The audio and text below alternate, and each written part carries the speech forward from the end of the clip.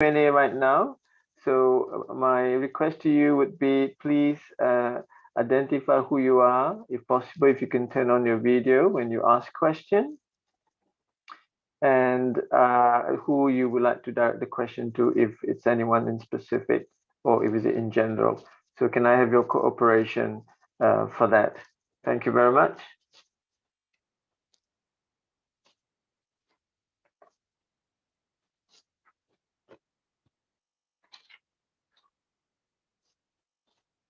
Or you may want to put in the chat your question as well.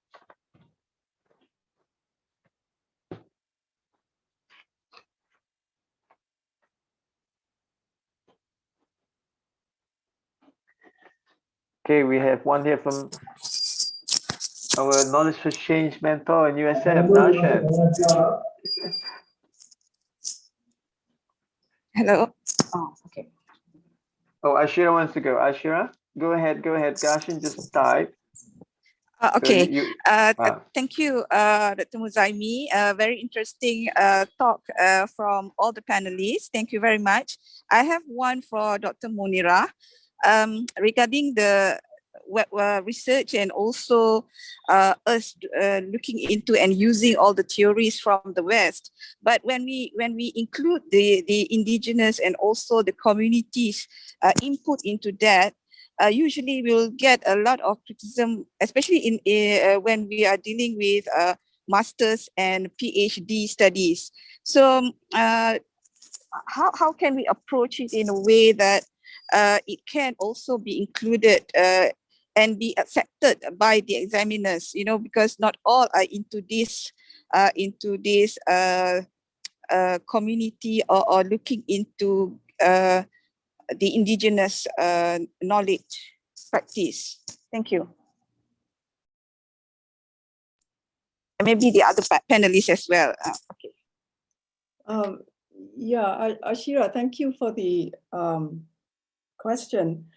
Are you referring to a lot of criticism coming from our fellow colleagues at the university, or from who does from our fellow clique? I see.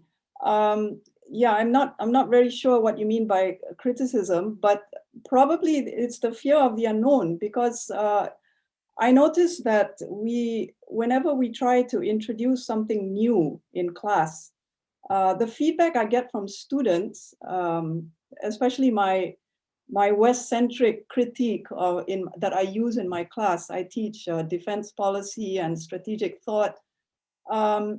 They are very open and perceptive to new ideas. Unfortunately, it is not reflected in the syllabus, because I get problems in listing the reading material, because a lot of reading material dates back to the 1980s or 1990s, early 2000, where good analytical work on Eurocentric theories as applied to different fields of study will benefit how we think about established theories that we are using in school, in class. So the opposition or the obstacles I get are these bureaucratic obstacles. As far as colleagues go, well, if they oppose it, too bad. They don't control what you teach in class, I suppose. But part of the problem is we have a responsibility to explain why the need, why there is a need for us to venture away from the fundamental mode that we have been using, and the need to draw in subaltern studies or indigenous knowledge, and find a way and be analytical in our concepts, how to fit it in with the current situation. It's very difficult to do, but it means academics like us have to be in touch. And what I mentioned earlier in my presentation, not many of us are making the effort or don't have the time or even the desire to communicate outside of our academic bubble and be in touch with the community. You don't need to go down to the village level. I mean, not all of us need to do that, but at least be, aspire to be a public intellectual. There are very few of us who do that. And this is my complaint. There's so many good ideas, but they are either silent or are busy trying to chase that Q1 journal publication. And I have decided that this is the wrong approach, because this is what has landed our Malaysian higher education system in crisis. We have no new ideas and we are repeating the same mistakes. I hope I answered your question. Thank you. So Aileen, you'd like to add to that? Thank you. Yes, thank you. Yeah, I do understand the cries, shared by Dr. Ashira, because being science-based, belonging to the science-based school or department, many times, we try to incorporate in the local indigenous knowledge into dissertation. And often we do face comments by the examiners of the thesis. And then the most common phrase they would say, we are scientists, we have to back up by facts and figures, that sort of comments, So it's kind of difficult. For example, what I've experienced recently, I'm in the midst of producing a simple first aid guide for jellyfish stung. And one of the chapter I proposed to incorporate in indigenous knowledge on how to treat the jellyfish stung. And I got a lot of objection from the medical team saying that, oh, we should not put in, those are misleading and it will cause more damage, So we do face, and I think like what Dr. Munirah said, we are here to make a difference. Someone have to take the lead to make the difference and incorporate in and highlight the importance of indigenous knowledge, incorporating in our current science now. Because even though indigenous knowledge, it can be useful, of course, it's not been supported by facts and figures. We have to create our science, how to make the indigenous knowledge be as quantify them with facts and figures, so it can be at par with the current scientific approach that we are using. Yeah, I hope that gives a little bit of light to Ashira, on your cries. I mean, all of us are facing, how to influence, how to make awareness, create awareness of the importance of indigenous knowledge, transferring that into facts and figures and be acceptable. Yeah, back to you, Muzaimi. Thank you. Thank you. And Dr. Rajesh, I see you spotted the link immediately with Dr. Munirah's input on the captive mind and the root cause of the way I look at it on the colonial aspect. So would you like to add on to that, please? Thank you. I think Dr. Munirah's comments were very thoughtful, given her deep understanding of colonial history, not only of Southeast Asia, but also South Asia. We had identical colonial master. And the strategy of colonialism, which we have not fully understood from the knowledge, research, and higher education point of view. Let me give you some illustrations of how this is unfolding in the last decade. The most simple, or I would say familiar part of that imposition is, of course, language.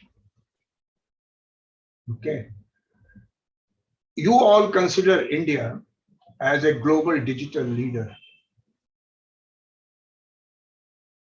But I want to tell you that if you don't know English, you can't use digital platform in India. Why? Because for the last 30 years, Indian digital companies have been servicing their masters in Europe and North America, not women working in North Bihar or rural areas with third school grade level of literacy in mother tongue. So,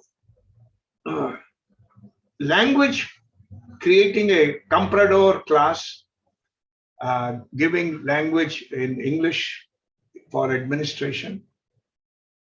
Language is one part. And how did they do it? You know, in India, at least a few universities were set up during the colonial period. And I'm not familiar with Malaysian history, you may know better. But missionaries had a strong role to play. They came in, they started English language primary school, Jesuits in particular, but others too, and then universities and higher education institutions. And so at the turn of independence, it was assumed that higher education is in English. That is number one. Number two, how colonialism tried to act on it is also to take the indigenous communities and a strong indigenous knowledge that existed and created a program of putting indigenous children into residential schools. Of course, we are only hearing about Western Canada residential schools and skeletons of kids in the last few months. But this has happened in every colony, including India. Unfortunately, independent India educationists decided to continue. So we have residential schools for indigenous children taken away from their families and communities, learning non-mother tongue language called modern education. And then the consequence of that is that they run away from their communities and most of the time become unskilled daily wage laborers in Delhi and Mumbai, because that's all they know. But the most glaring part of this colonial history is now coming out of the studies that are beginning to take place in Britain, where universities of UK funded slave trade,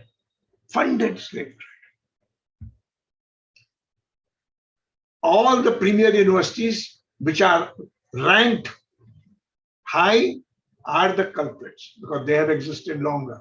Oxfords and Cambridges and Bristols and everywhere. And they financed slave trade. They sent their own scientists to collect samples from Africa. And on the basis of those samples, produced lab-based knowledge, which was already known to the communities in Africa. Of course, they didn't have lab, and therefore they didn't have modernity attached to it. I think the obsession with numbers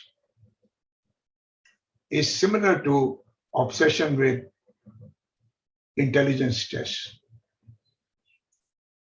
When intelligence tests were designed in the 70s, you should read the history of admission tests in university colleges. A recent book has come out, excellent book. The intelligence tests were designed to test your cognitive ability, which the white male excelled in. And when they designed emotional tests, focusing on music, art, and dance, all white male flunked it because Afro-Americans surpassed. So, as Einstein said long ago, you can count the inconsequential precisely by using numbers.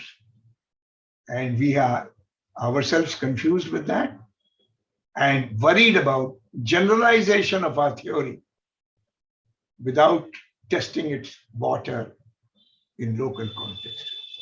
So thank you, Dr. Munirah. Thank you. And I guess Darshan put in the chat a question of probably Kangkong diplomacy that triggered this, Dr. Munirah. So I think you can read his question as well. Can you read it in the chat? I think everyone can read it. Yes, yeah, okay. yes, I can. Would you like to have a go at entertaining thank his you, remarks? Darshan. Darshan, that is a very hot question, in the sense that we are all upset by this academic imperialism imposed on us. And this revolves around the university world ranking exercises yearly, annually. We complain a lot. Before I answer directly Darshan's question, we spend 11 months and 2 weeks complaining about the ranking. But within the 2 weeks when the rankings come out, we're all in praise, and we are, congratulating ourselves for reaching from place 42 to 41 or 42 to 50. So I find that our criticism of the world ranking system is part and parcel of what is done. It's just normal. It's the thing to do. If you are in the third world or in the developing world, it's the thing to do.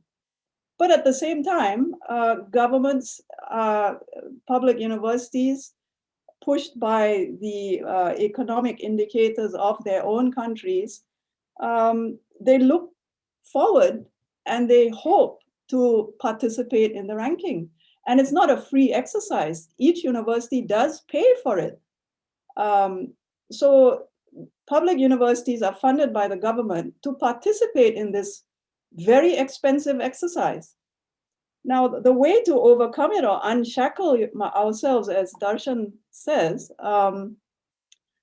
it's more people like you and me, who, the younger people, especially the younger academics, to keep highlighting the problem and be serious and consistent about it. And by consistent, I know I'm towards retiring, and the younger generation are not. They have many years left.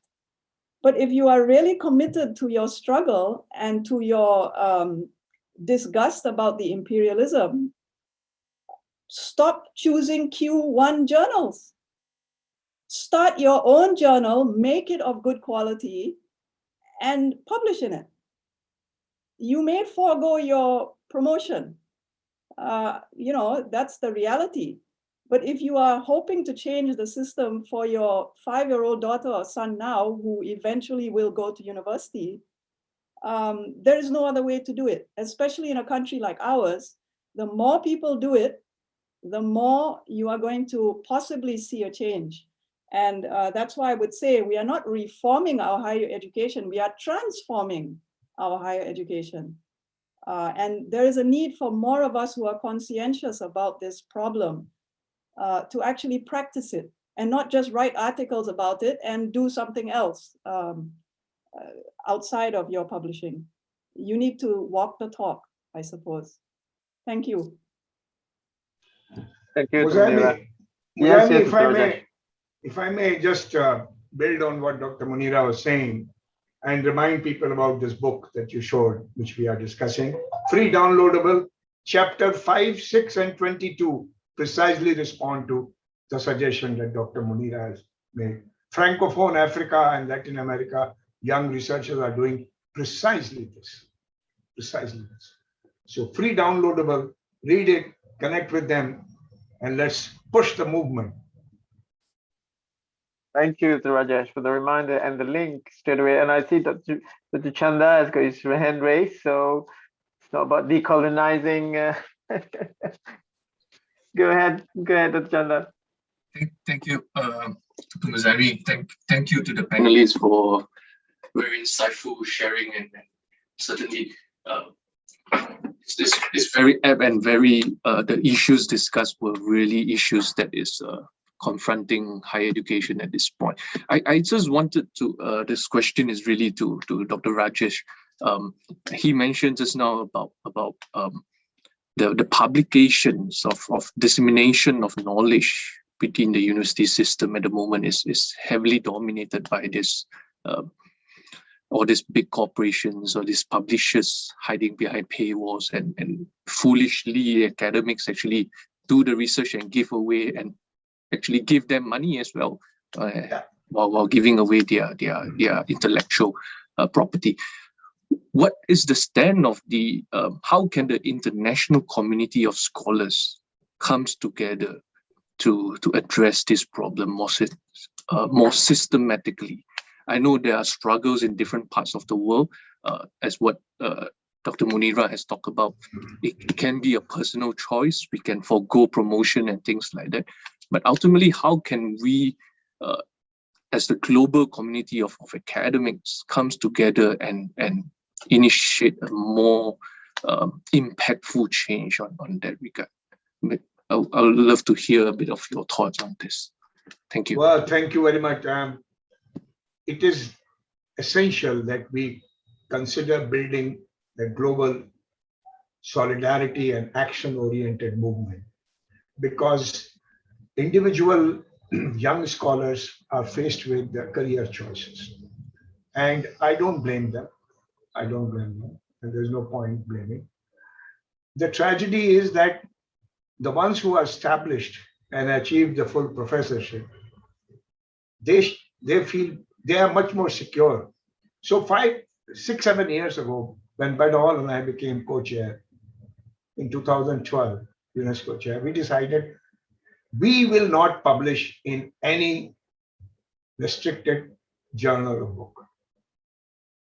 So we have refused.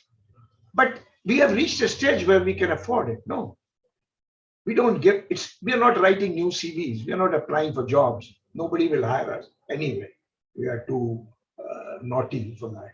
But so the tragedy is that the senior professors who have established themselves and understand it are unwilling to take, because their career has been built on this, unfortunately. You know, so no point in just blaming or saying, oh, young researchers, you get on. But now, in the last 5 years, 6 years, there is emerging a larger movement which is starting from the concept of decolonization of curriculum, knowledge democracy, and open science. UNESCO has a, I'm sure you are aware of this whole debate on open access and open science. We have just recently decided to support a larger network. I'll connect you to all those people. We will send those links. Several of them have contributed in this book already, of reaching the discourse on open science by talking about multiple languages, open access not to just among scientists, but open access to society, open access in languages to where people who need the knowledge to act. If you look at all the public health debate during the pandemic, much of it has been only among the scientists. And the tragedy is that the lay citizenry, which could have backed the scientists, because scientists have been sacrificed on the altar of politics. So the society is unable to participate and back the science because society has never been engaged with it. In all our countries, I am very active in a couple of countries, including India, and trying to work on the open science policy. And in the open science policy, we are including these. Social responsibility of science, we are including these.